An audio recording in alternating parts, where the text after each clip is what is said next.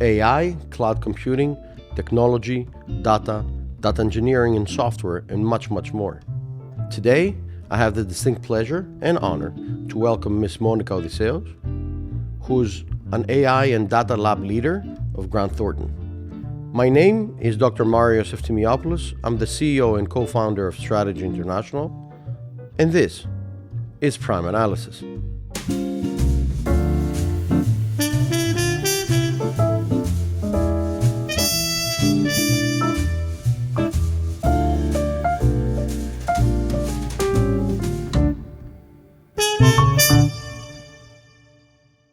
Dear Ms. Odysseos, welcome to another Primeanalysis of Strategy International. Thank you very much for joining us. Oh, thank you for having me. It's a pleasure to be here. Thank you very much. Today we're going to have a pleasure and to discuss, if you want, a great deal of things considering technology. And I know that you have a great expertise. I know that you're working for Grant Thornton. You must be extremely busy these days considering the artificial intelligence called AI, labs, cloud computing, Internet of all things, to name a few. Before we actually start, can you just give us a small introduction? How does a young professional, a woman of your caliber, feels about technology in the 21st century? Well, as you said, it's a very fast-paced industry. So we are constantly developing. We are constantly learning. We cannot live a day without learning the updates, what's new in the AI space. So it's very exciting. We need to be on our toes constantly, but it's very exciting because we like to be flexible, we like to be adaptable, and like learning a lot. And I know that you're working for a great company, Grant Thornton. So we're going to have the time to discuss about all the elements that are in front of us. And I have tons of questions, actually, a zillion questions, as we call it, to ask you with regards definitely on technology. But let me go a few years back. It is part of our assessment of our Primeanalysis format, if you want, to go back a few years and talk about young Monica, the girl that was just finishing high school, and talk about the dream and the vision and the expectations that you have from yourself. Tell us a few things about yourself. Okay, so young Monica. As far as I remember myself, I was always interested in many things. So I was very multidisciplinary. I had many hobbies. I had many things that interest me. So I was into music. I wanted to be an actress, to be honest with you, when I was a child. So yeah, but parents that say that arts don't pay the bills. So when the time came to decide what I wanted to do, another passion of mine was really technology. I was really good at maths. Mm-hmm. So I decided to pursue my bachelor's degree on mathematics and computer science. I did on the University of Bath. Okay.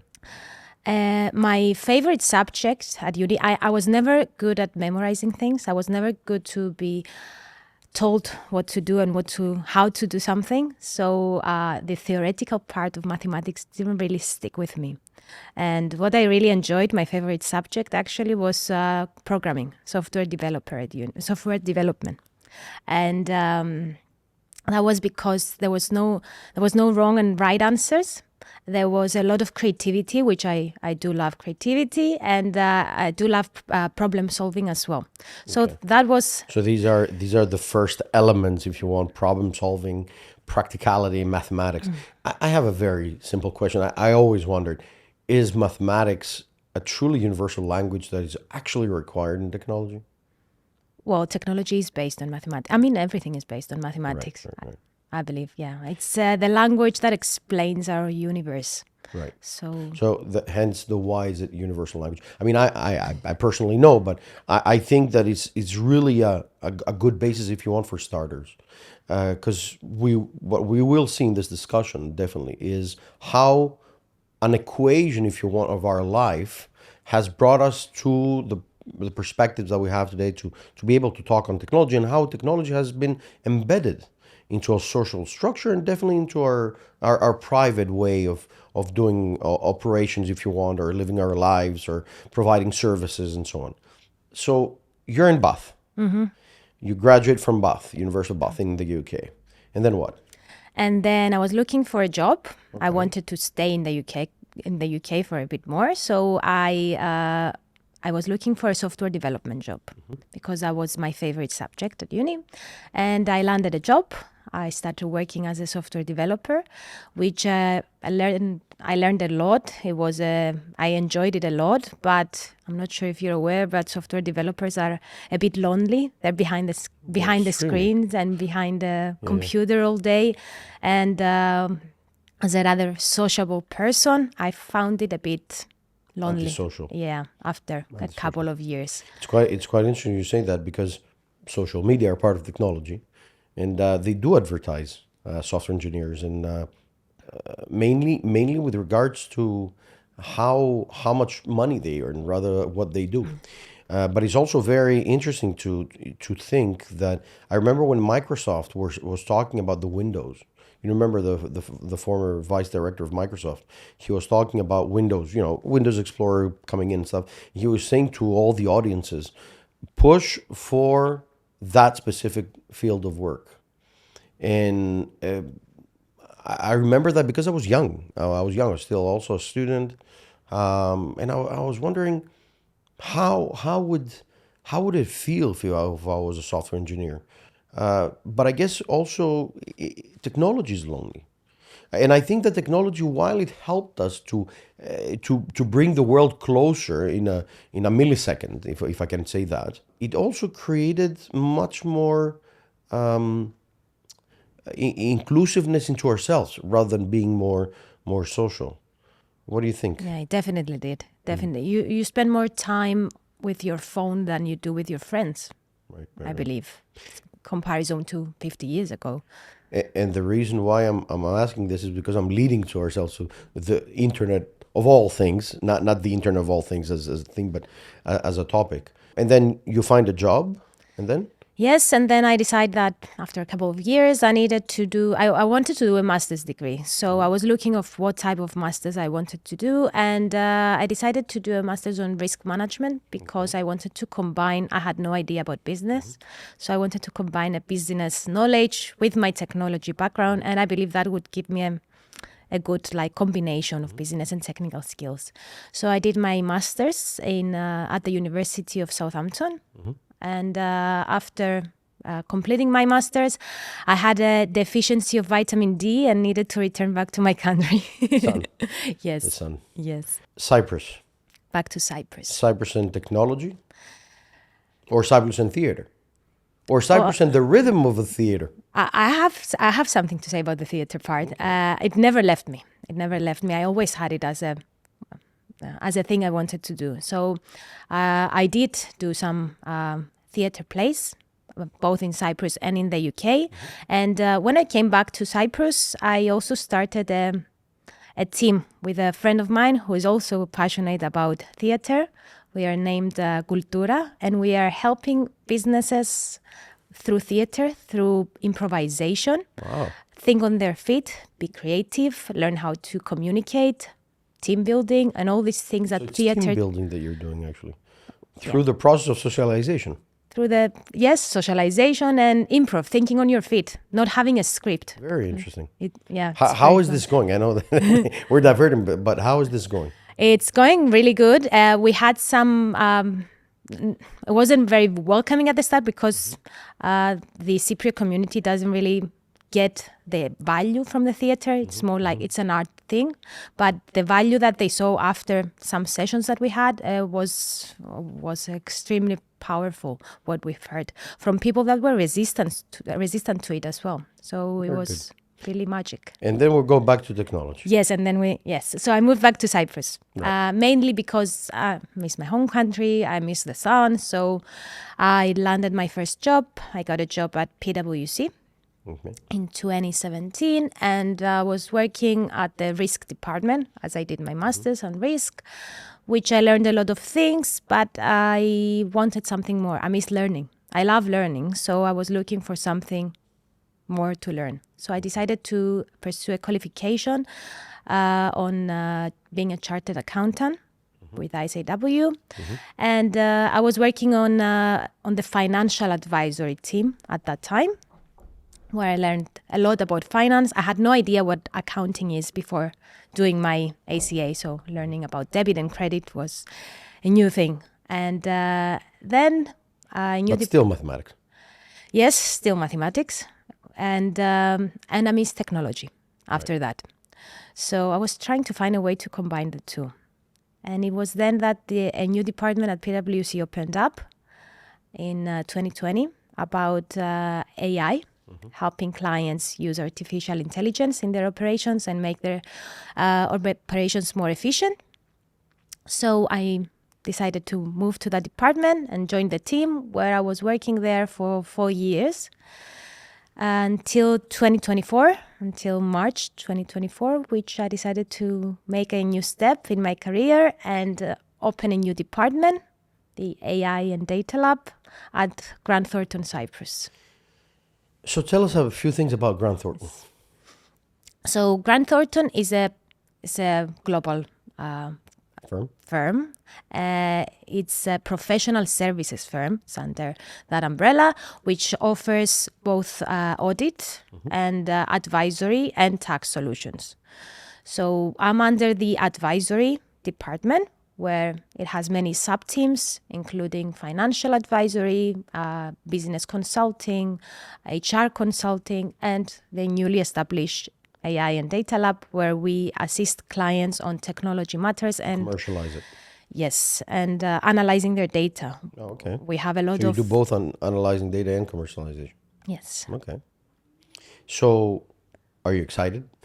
Very excited and very anxious as well on what's coming and how we're going to be able to learn all these changes that are coming. The reason why I'm asking is because we are now in a European Union that is the first area, if I may say that, a union of 27 member states, that has now regulated officially the artificial intelligence. So let's go to the deeper things. Technology. Okay. Let us explain the internet and why is the internet important. And through this, let's go to the importance of artificial intelligence or the dangers of artificial intelligence. Perfect. Before we do that, can I play a game with you? Sure. Okay. So I'm doing a lot of trainings to organizations. Okay. And the first thing I do, because I wanted to get engaged, is I play the game that's called the Time Traveler. Oh. So I am a person from 1825. Okay. So 200 years from ago. And I'm coming, I find I'm in the middle of my village on my horse, traveling around, have no phone, have no computer, have no internet, have no electricity yet. How do you explain this to... And yes, and then I find a time machine and come to today. And I see you in front of me and I ask you, Marios, what is YouTube? Mm-hmm. Can you explain to me what YouTube is? It's a platform for digitized information. Okay. What is a platform and what is digitized? It's another way of communication. Okay. So what does it do? What does it show? It allows people to learn and be taught and spread your message around. Okay. Yeah, I can get an idea now. Mm-hmm. Go back to my village and explain what YouTube is, but you'd understand how hard for me to do that is. Yeah. I had people in my training explaining Twitter. It's my favorite example. Just say it. Explaining Twitter like you're in the middle of the village and everyone is talking about each other. So that is Twitter. Okay, everybody's talking about it. Okay, that's gossiping. Twitter. Okay, what about the tools? We asked what is YouTube, but we never asked the tools. In 1825, if I'm recollecting well, it is not the start of the telephone or the messaging. In the US, the messages would go through a line in parallel to the trains. for the instant messaging, as we call it today, which is not instant back then. It might take for a few hours. The telegram, otherwise, but it doesn't exist in 1825. It exists, I think, a bit later. However, people lack of communication. So I guess the first thing that people would do, and then people would say, is that whatever we have done from 1825 to 2025 has to do with the approachment and the opening of our civilizations closer and closer together. The second element is psychology. The psychology and the need to be close to our relatives and close to the place where we are. You said you wanted to go from the UK into Cyprus. That's, among others, a psychological element, which is bringing you back to your home country. An absolute necessity for all of us to feel right at the place of birth. Technology, nevertheless, brought us video, meaning pictures, messages, and because of that, we have developed technology. Because of that, we have developed the internet. We have developed a fast-paced communicational capability, starting with the revolution of the microchip, in order to be able to have fast-paced computers, to think in a software manner that can do equations in a faster pace than an average human brain. And that would give us a communication network, which in the 90s, if you remember correct, overcame the communication network and has become an internet provider. Telephone communication companies and internet providers were two things, if you remember, and suddenly became one, and suddenly communication provider became internet provider became for everything, including also voice over IP, known as VoIP. So far, so good. So let's say we have explained. How do you explain where are we going with this? So since we started this game, where are we going with this? I guess somebody in 1825 would say, okay, you have reached so far. Where are you going with this? And I think that's where AI comes along, right? So a person from 1625 going to 1825, the difference they would find would be minimal. Maybe like a country changed its name or a different king is ruling, but they would be able to adapt to that society pretty much easily. In order to find the same change that a person from 1825 coming to today, you would need to travel back to 16,000 BC. So that's what we mean when we're saying the exponential change. That's how huge it is. So now it's going to get faster and faster. So things are going to be changing faster and faster. Is it because of AI or is it because of technology pace? It's because of, both. I mean, one is based on the other. So what about cloud computing? You can't do without cloud computing on AI, though. You can't do without the Internet of all things on AI. Well, artificial intelligence, it's not a new thing. It has been here since the 1950s. The reason that we have not seen... Automation, we call it different wise, right? Yeah, well, the theory, I mean, Geoffrey Hinton winning a Nobel Prize as well this year on his theory on neural networks. The theory was developed in 1950. Right. The reason we have not seen it like happening was because of the huge amount of computing power that it needed to run that we didn't have, and also the number of data that it needed to use in order to train itself. With the computing power increasing by 30% each year, and with the social media and all the global connection that happened, that brought so many data. Social media was not part of the automation process, I guess, right? Social media definitely helped. Definitely helped gather data. Data is the new asset. It's so data centers. Because you say the combination. You say 30% of increase of internet of computing power. Computing power. So that means data centers. So what is happening now on the investment of data center actually makes sense, right? Yeah, definitely. And it needs to store more data and more data. And there's a competition on who owns the more data you own, the more, Does it go to the same story? Who owns the internet providers? as in the US, Germany, Italy, or Holland, or other countries? Is it the same thing? Well, it is a I wouldn't call it a war, but it is definitely a competition of countries. Who's going to get there first? I have 1,000 questions to ask you. Ask Let me start with the following. We started with technology. Let's put this on a timeline, so people can put things through. So we are on automation. The revolution of microchip in 1970s. You said AI exists since 1950s. Excellent. Automation that becomes an AI becomes it's a theory that becomes practice that is combined also with the industry and the revolution of the industry, the revolution of technology that goes in to more and more and more internet providers, and the internet becomes 21st century part of our life. So let's take it 21st century onwards. What do we see? What are the main milestones?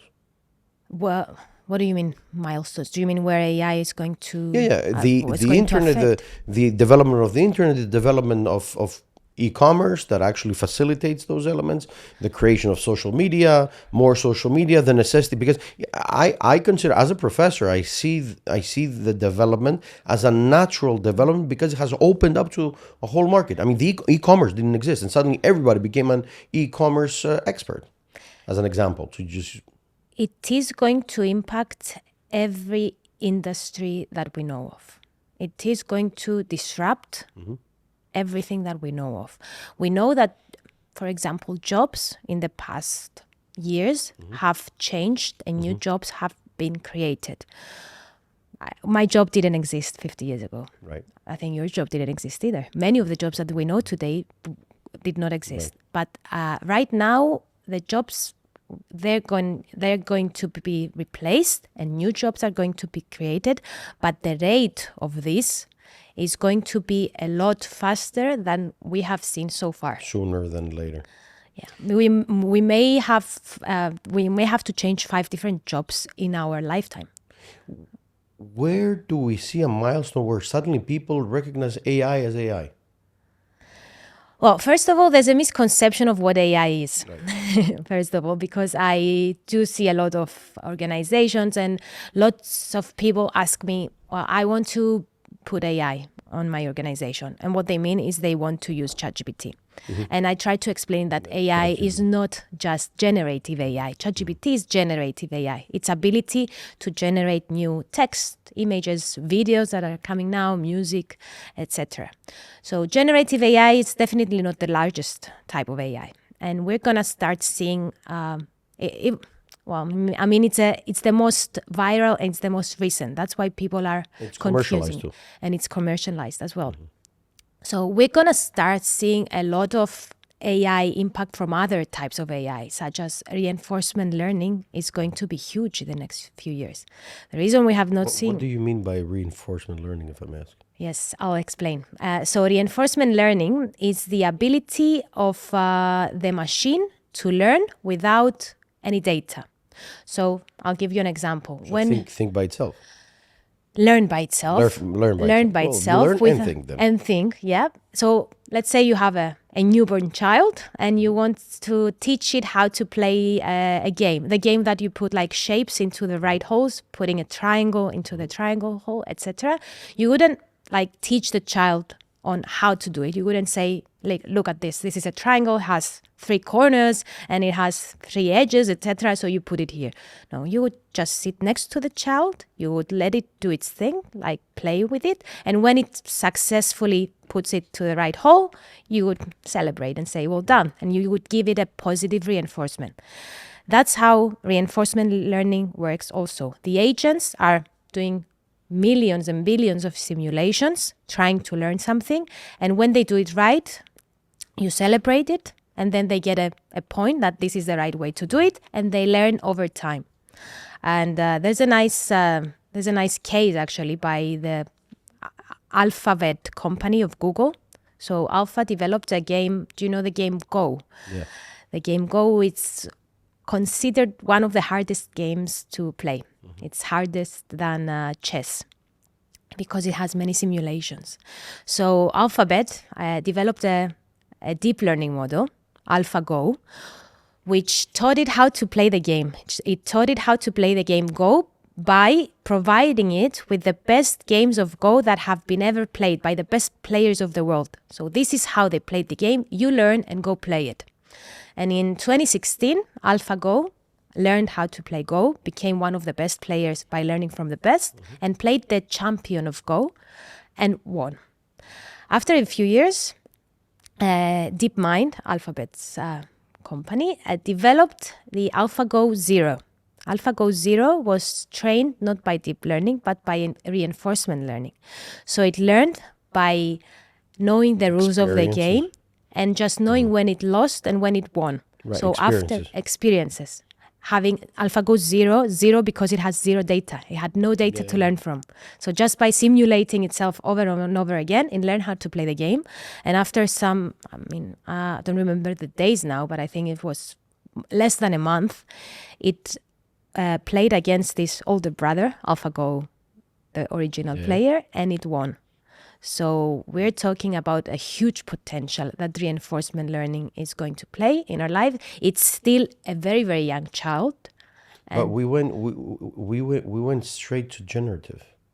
We went straight to generative, and it's weird also because if you would see like a couple of years, 10 years ago, there were some predictions to say which jobs are going to be disrupted first. And the prediction was that creative jobs are never going to be disrupted by AI because AI cannot be creative. And then Gen AI comes and it disrupts the creative industry, disrupts writers, disrupts graphic designers. Have we managed to include, though? I mean, everything we talk about the near future, let's say. We talk about processes. We talk about generative processes. We're talking about experiences. But AI is not embedded in our society at that level that we are now talking.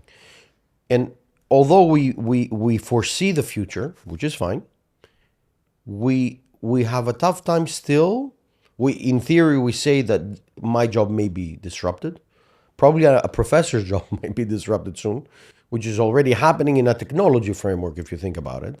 So you have distance learning classes, you don't have physical classes. So it's a disruption somehow from the traditional, the class, because you said 1825 or 1625 in a classroom. But the artificial intelligence by itself, the one that loses from O plus, is not applied on every single detail. Probably because an average person has still a tough time understanding what is artificial intelligence in the internet ecosystem. Definitely. The most important skill that we're going to need in this new era of the AI era, as they call it, is the adaptability, flexibility, being able to learn constantly. And as humans, you mean, or as companies, or both? Both. Mm-hmm. And under the AI Act that you mentioned before, which is the first regulation on artificial intelligence by the European Union, there's a clause that asks companies that use AI in their organization that they do have to be AI literate, provide training programs, provide upskilling to their employees in order for them to understand. Technologically agile. Then. Yeah, what AI is and the dangers of AI, because the dangers. So we're not talking about technology anymore? I mean, I'm sorry, I'm stopping, but these are the 1,000 questions. But technology is no longer, we're not going to use the term anymore, technology. We're not going to use the term AI, digital ecosystem. We're just going to say AI. AI is technology. Technology is a very broad term that covers many subjects. What about the internet ecosystem? What about the digital ecosystem? So somebody who gets hired, a young generation of a person needs to be AI literate? Everyone has to be AI literate. So that's a new buzz, Ben. Everyone has to be AI literate and not Gen AI literate. Definitely knowing how to speak to a Gen AI, know how to prompt engineer is a new job that didn't exist 4 years ago. So knowing how to speak to an AI, how to write a good prompt in order to get a good response, it's a skill. Ordinary people are afraid that this is going to end their life works, as we know, probably because of automation. I'm a bit skeptical there because automation has always been there, but that's not AI. That's automation. And automation, for example, on trains automation in taxi driving, automation in a variety of things, manufacturing businesses. So automation was always there. And still that's covered losses of humans. Humans no longer work in the factories at the numbers that they used to work. I'm thinking Margaret Thatcher, where, full of factories and people working in factories and so on. Now we are on automation, and we saw companies, Tesla, Berlin factory, very outspoken discussion about, 95% automated element. But that's not AI. Or is it AI? Or is it combined with AI? So what you're talking about, the factories, is what the Industrial Revolution did to humankind. And it automated a lot of manual workforce, manual jobs with automations. And they were saying a lot while back that AI's computers could not ever be smart enough because they could never learn how to play chess, whereas they could easily learn how to take out the dishes from the dishwasher. And you see now that AIs are a lot better and a lot better than in playing chess, than they are able to take out dishes from the dishwasher, because you have to be really careful and really smooth moves in order to do that. So jobs that are going to be less impacted, in my opinion, are jobs that do have the human touch, the human element in them. So, for example, nurses are going to be disrupted a lot later than doctors are going to be. Why doctors?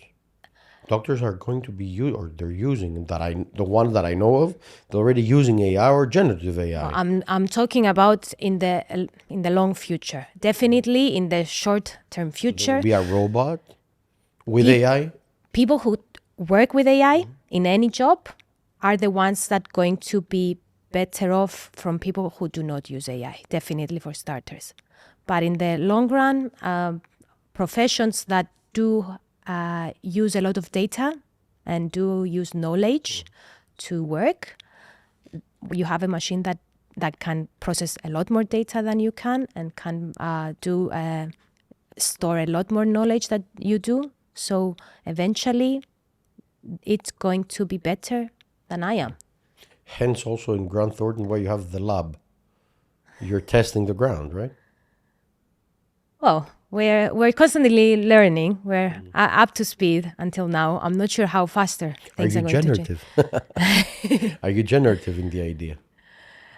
We are using the tools that we see that are constantly developing, and it's really important to be creative on how to use the tools, because something comes up, it's a new thing. No one has used it. It hasn't been used for like 10 years, so I can see what people have used it for. So it really needs creativity to think, okay, it can estimate how tall this table is, or how distances count, for example. How can I use this? How can my clients benefit from such a smart machine? So being creative on how to use these tools is really important. Can artificial intelligence lab us? The way that you have told me is that we are now implementing AI in our society, and we have become the lab rat. Well, it's a tough question. There was, I'm not sure if you've seen the movie, the social yes. social network. Is the it? Social network. I think it was that one. Anyway, they say that if you are not paying for a product, then you are the product. Right. So me using Facebook for free, it's not really for free. Right. Me searching on Google, it's free. It's not really for free. They asked Larry Page a couple of years ago, why do you offer Google search for free? I mean, what's your benefit? And he said that actually we don't even care about the search engine. What we do is we gather data. The person, we're really building an AI. So the person who gets the data is a person who is going to be the leader of AI in the future. Is this probably why the European Union has put regulations on AI? Well, things are moving too fast. They're afraid.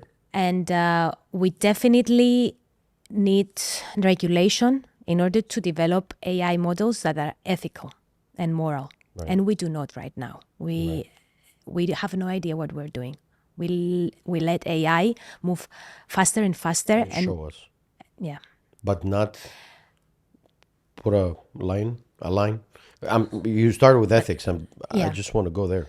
Yeah, let's talk about ethics. It's very important. Regulation, AI, putting a regulation on AI is a very good thing. Unfortunately, if the European Union is the only one that applies regulation, it's the same as if Cyprus is the only country that decides to be environmentally friendly. So even if we do the best efforts that we can to save the environment, we're still going to be impacted by the climate change because we are affected by the global acts.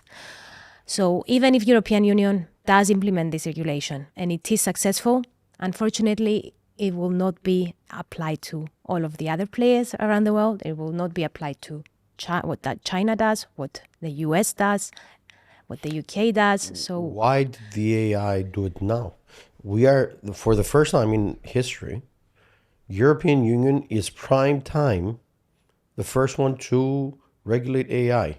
But AI circulates in the World Wide Web, not EU Wide Web. My concern is, first, did we understand what we have regulated? Number two, do we understand what is the impact of AI in reality of the market?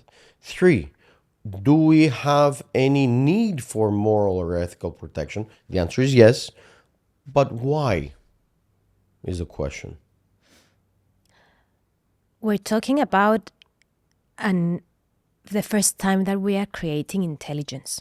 And what I mean intelligence, it's still a very young infant, what AI is right now. We're going to be seeing AI that's 1 billion times smarter than humans. 1 billion times smarter. It's like comparing Einstein to a mouse. We're not going to even understand its intelligence. So it's really important, now that it's an infant, to train it with morals, to train it to be ethical for our benefit, for the whole globe's benefit. If I raise my child with the right morals when they are 3, 4, 5 years old, then they will grow up and be an ethical person. But if I teach it wrong values and wrong morals, then it will grow up and it will impact. Okay, sudden question. Who trains? You say, I heard Elon Musk say, we need to train, we need to avoid, we need. Who's we? And who does the actual training? Who does the writing? It's a software, right? So it's generative now software, but who wrote the initial prompt, if I can call it like this? And how do you train this? Who? Okay, so there are a lot of ways to train. There's machine learning, which learns by giving it a lot of data. Either that is labeled data that I tell you need to recognize whether this is a cat or a dog. And by having billions of pictures of cats and dogs and their names, it learns how to do it. Then you have with unlabeled data that I give you lots of images and you categorize them. And they learn to do it by having no explicit rules. I will not tell it, this is how you do it. I will give it data and it will learn. Then you have deep learning, which is really it's how our brain works using neurons. And what they're saying, the black box, it's what's happening inside, how the neurons moved from one neuron to the other. And you don't really understand what's going on, and it gives you an output. Okay. So we don't know what's happening. We give it an input, we give it what our output we want our output to be, and then it does some calculations within its black box, and it gives us the output. And then you have reinforcement learning that we discussed before. So there is a lot of ways to train a model. There are some pre-trained models. For example, GPT. Let's get GPT, which is a generative AI. So I can use GPT, which already knows how to speak English and knows how to speak in a nice manner, and then I use that model and I train it more to be able to give me advice on how to, let's say, cook. And I give it some information on recipes and things to do, and I build a layer on top of it. So I provide more training. So training can be done from huge players out there, but can be done from anyone that knows how to program, really. So it's open source. That's why OpenAI was. Yeah. While you're talking, I'm thinking in multiple ways. I'm trying. One of those ways are ethics. I go back to ethics. Elon Musk is afraid of AI. On the other hand, he's exploiting space as much as he can. He has converged his business model into being a unilateral business around the world, so an inclusive market on industry that relates with the internet, the power generation, the data concentration, and space exploration. Now, there's one thing we're missing. If we want to go to planets, forget about Mars, further, you need a computer. You need a robot that thinks, acts, and has morality.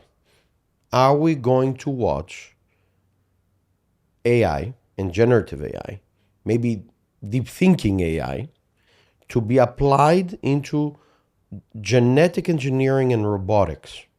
What do I mean? Cyborgs. Cyborgs that think, probably they will think as a computer initially, and like already happening with a robot that Elon Musk wants to throw in the market, and other companies also, including also defense companies that have already put different kinds of robotics into the war operations in the environment. But you really need some engineering process that will prompt a combination between all things. The AI generative, the AI thinking, deep learning, probably computer generated deep thinking. So somehow you need to engage power in order to sustain the robot, and the physical abilities like a human to walk, run, think, and so on and so forth. Therefore, a cyborg. Are we going towards this path? Am I saying it right, or am I too much? Well, you can be too much, you can be less. It's all predictions, and we can be wrong and we can be right. We can make predictions all day if you want. We don't really know how it's going to be developed, how we're going to see the impact of AI in the future. We don't know. What we do know is that what we teach it, it's going to learn. So right now, it's a time to train it with morals and ethics. And the difficult thing about teaching it with morals and ethics is that we are not even in agreement between us what is ethical and what is moral and what is not. Can I ask you a debate question? Of course. Okay. More than welcome. So imagine in 5 years that you have a self-driving car. You're the programmer of a self-driving car. Okay. So the self-driving car is driving down the street, and its brakes brake, so you cannot press the brakes, and it's going straight down the street. And in front of it, there's 5 pedestrians crossing the street, which amongst between them, it's a pregnant woman and some children, etc. So 5 people, which are crossing the street with a red sign for them. Okay. You can go straight and kill all of them, or you can swerve to the left, and there's a woman doctor crossing the street, only one, but she's crossing with a green sign. So what's the ethical thing to do? There's a similar joke of somebody teaching how to drive things. You need to crash the car somewhere else. You can't. Well, you must. You would kill yourself. Probably. Then you have another debate. Well, for this one, when I ask this question, the room is split. Half of them say straight, half of them say left. So they don't agree between them. There's a same psychological for somebody who learned how to drive. And they ask the same question. They say, no, I will kill this because you're young. And they all failed in all of them because you're not meant to kill anyone. The idea is that you're not meant to kill anyone. So preferably, if you are to kill somebody, you somehow need to find a millisecond solution to put yourself into that path in order to secure the lives of others. Okay, so if Tesla in 5 years' time comes with a self-driving car, two models, the altruist car and the egoist car. The altruist car has the common good as a priority every time. So if you're in the middle of the street and there's 20 people walking, then the car would swerve, kill you in order to save the 20 people. And then you have the egoist car, which always puts you first. Even if it's 100 people, it would kill all of them to save the driver. Which one would you buy? Me personally, I like to drive. I'm not trying to avoid the questions. But it is the ethics and morality value added that always you need to pick up the drive. We have it now in our cars with automated driving, right? You put the automation on the same, let's say, kilometric speed, right? And you have a speedometer and you have a cutoff, right? Let's say these things don't work. What are you going to do? Exactly the same question, the same moral question. You need to be able to recover and have a human control into those things. I think the fear of all of us is, and that's the beauty of a human brain, is that the human brain has the moral questions inside. It's a different story if you want to abide by what you should do, because we wouldn't have wars if everything would be perfect. But then again, we need to have the choice. I think that artificial intelligence, while it is necessary, there are specific questions that are not answered. Who controls it? It should always remain to humans' control, because technology is in our capability, in our collaboration to make our lives easier, not be dependent on them. And we have done a very big mistake in believing that we are dependent. If you think about it, let's say we cut electricity here now. We were dependent on electricity. We shouldn't be dependent on electricity. We should be dependent on our capabilities to think and find alternate solutions. A computer makes out of what we have prompted to do. Well, until now, it has been a tool to help us. It will no longer be a tool. It will have intelligence. It will be something that probably will be a lot smarter than us. So we would not use it as a tool to help us. It would probably be our agent, our advisor, in the best case. In the best case. And just to close, if you want, the discussion in our today's prime analysis, and I would invite you definitely to come again, because we cannot answer all the questions that are prominent here. Tell us, Grant Thornton's positioning towards AI. You said consulting, you said generative AI, you said processes. Where do you go with the lab and beyond? Where do you think, sky's the limit? Well, definitely, and it shows from their strategy of they acquired a lot of investment. Now we are a joint venture with the Grant Thornton UK's firm, so we're working towards upskilling our people and helping our people become adaptable to the new changes that are coming. So it's the drive to innovate and the drive to improve and upskill, it is there. And as you said, sky is the limit. Sky's the limit. Well, dear Miss Odysseos, thank you very much for joining this discussion. It was really an eye-opener.